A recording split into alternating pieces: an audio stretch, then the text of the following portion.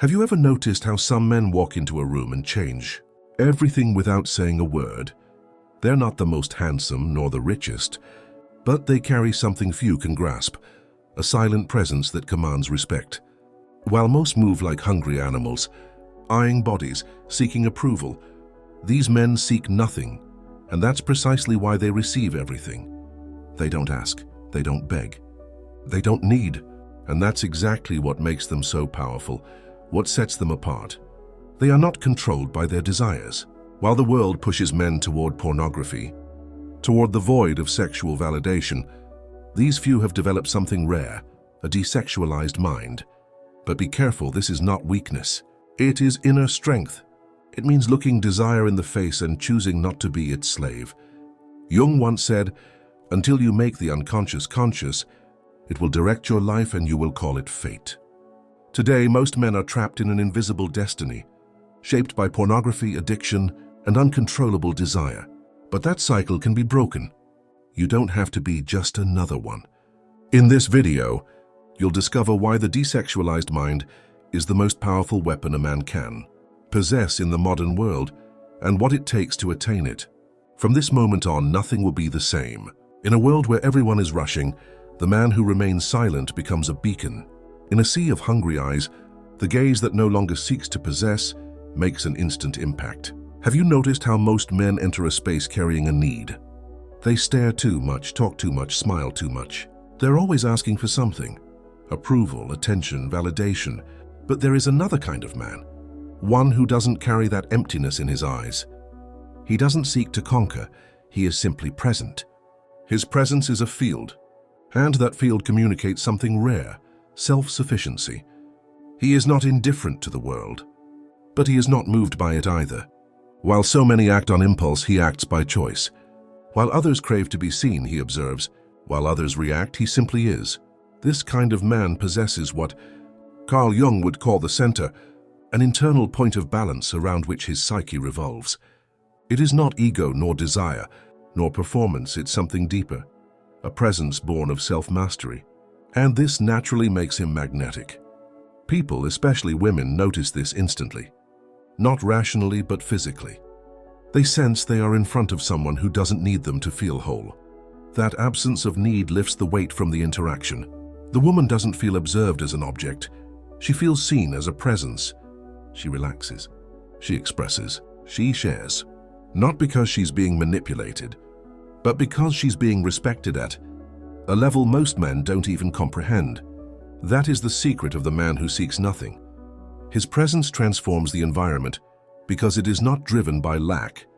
He has transcended blind identification with desire, not by suppressing or denying it, but by learning not to be ruled by it, and that's what sets him apart. While others live trying to conquer the world to fill an internal void, he carries a rich inner world that transforms everything around him. And this is only the beginning. What happens to a man who doesn't master his own desire? He becomes predictable. And everything that is predictable can be controlled. The system doesn't want you to realize this. It wants you to keep believing that your impulses are natural, that your will is your own, that your desire equals freedom. But it doesn't. Your eyes have been conditioned to seek the body. Your brain has been trained to chase stimulation. Your attention is constantly pulled downward, toward instinct, consumption, immediacy. Look around: posters, films, music, social media. Everything is saturated with eroticism, but not in a sacred sense. It's eroticism designed to be functional. Functional for the market. Functional for those who profit from your distraction.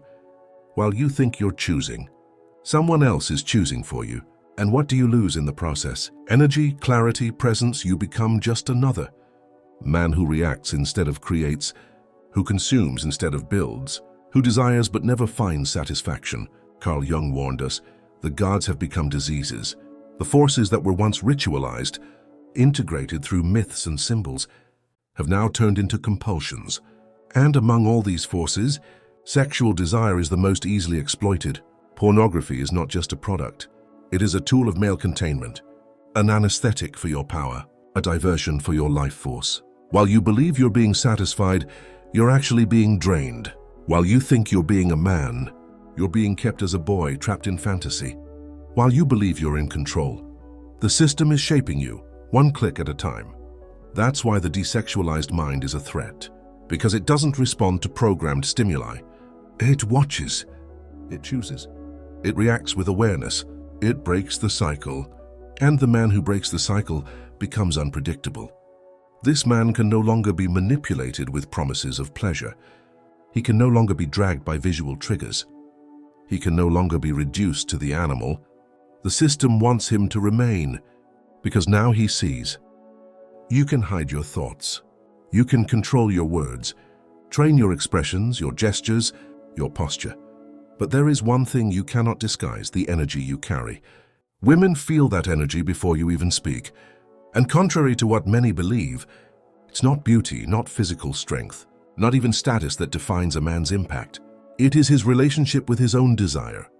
The man who is identified with sexual impulse, who is guided by it, who denies it on the outside but feeds it within, carries a heavy presence. His eyes say what his mouth won't. His attention drifts during conversations. His body carries tension. His field demands something: approval, attention, surrender. Women feel this even if they can't explain it. Their nervous system detects it. Their body tenses, their heart closes. She may smile outwardly, but inwardly, she protects herself. Carl Jung explained this through the concept of the projected anima. The man who has not integrated his inner feminine projects it onto women. He doesn't see the real woman. He sees a screen for his fantasies. He sees a remedy for his loneliness, a mirror for his lack, and the most tragic part is, he doesn't even realize he's doing it. The woman, in turn, feels this gaze as a reduction. She senses that she is being used, even when the use is silent.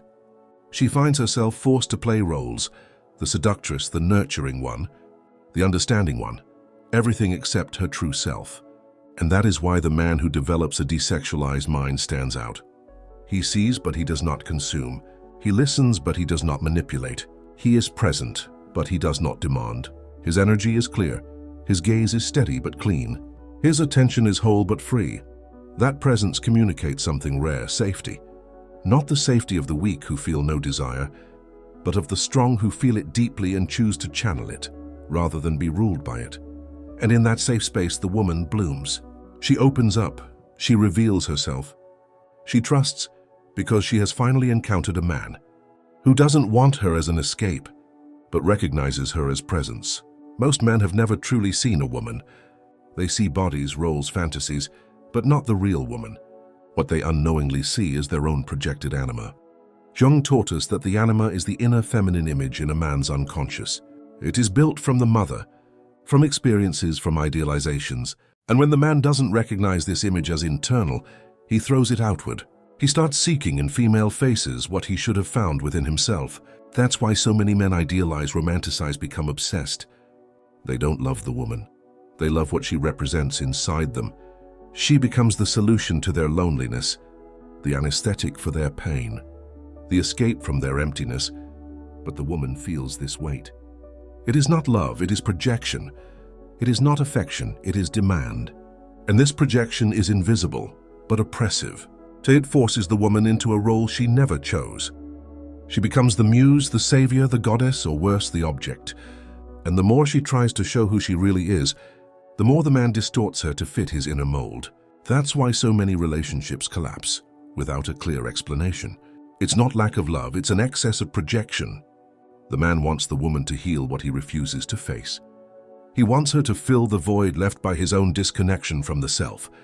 But when the man begins to integrate his anima, when he realizes that everything he's been seeking outside is actually within, something changes. He stops demanding. He starts listening. He starts seeing.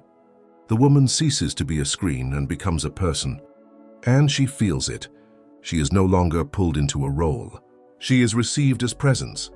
She is no longer interpreted. She is finally perceived. The man's gaze no longer invades. It meets. That is the fruit of the desexualized mind. She doesn't deny the presence of the anima. She integrates it. And by integrating it, she frees the man from the need to use the other as a mirror. Jung said, "The meeting of two personalities is like the contact of two chemical substances. If there is a reaction, both are transformed. But there is only true reaction when there is no projection. There is only encounter when there is real presence. And there is only real presence when desire ceases to be the master and becomes a servant of consciousness.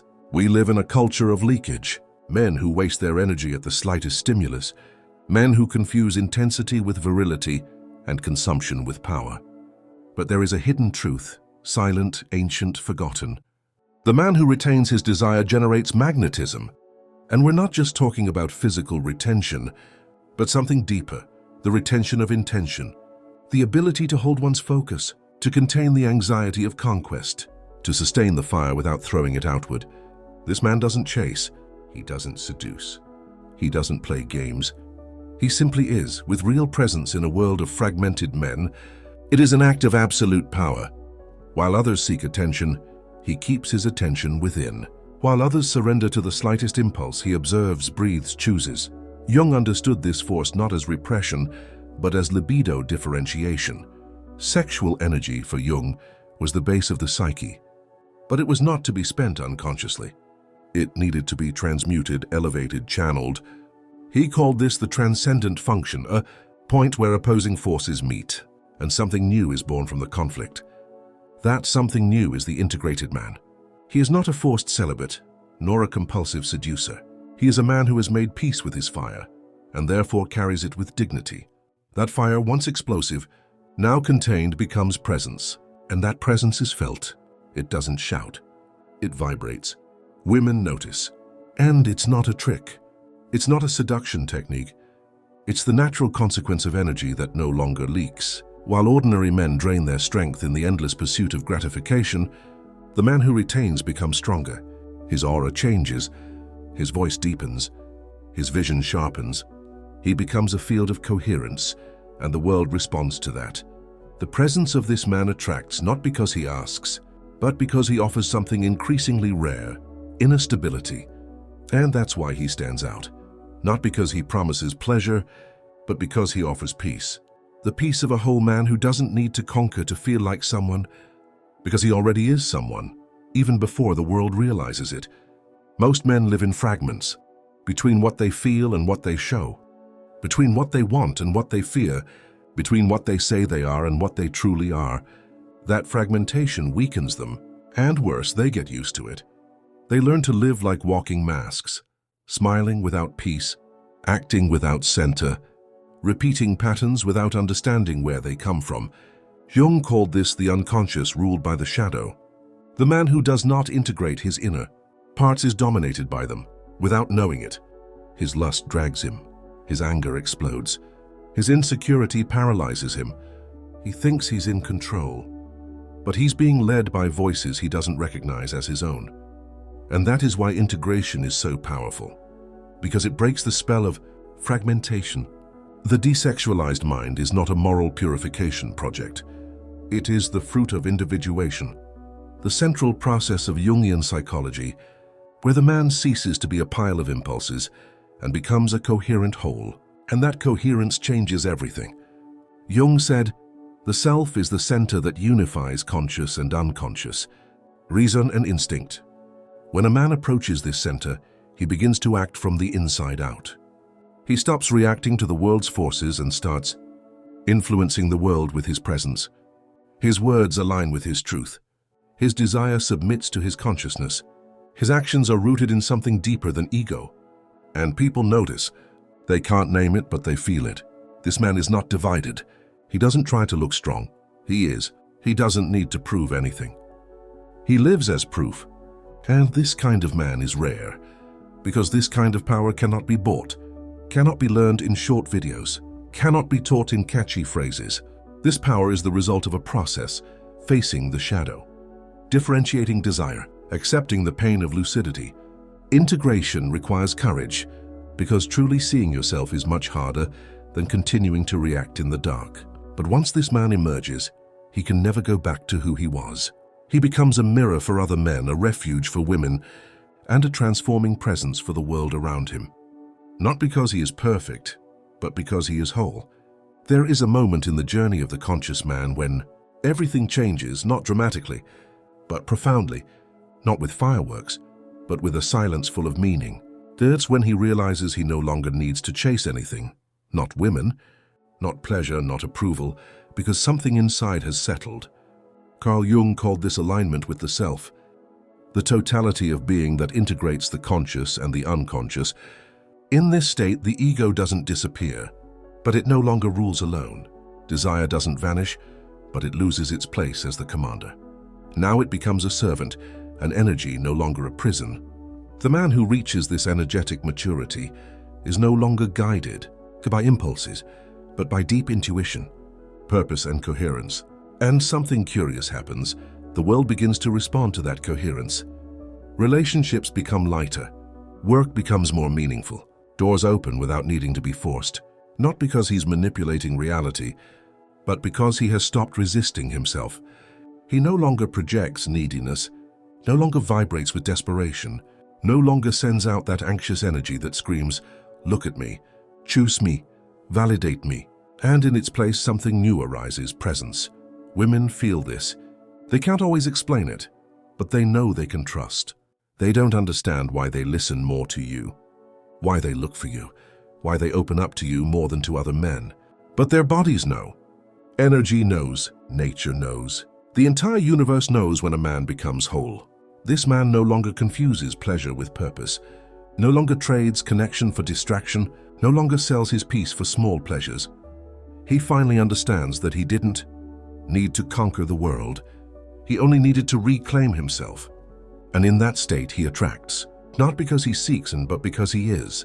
He becomes that rare kind of man, the one who carries silence yet says everything, the one who doesn't seek control yet inspires respect simply by existing. That is the power of the desexualized mind. It's not the absence of desire, it's sovereignty over it. And the world respects a sovereign man because deep down, everyone knows this man cannot be bought, manipulated, or controlled. He is free, and a free man is the most dangerous thing the system has ever seen. If this resonated with you, there is much more to discover.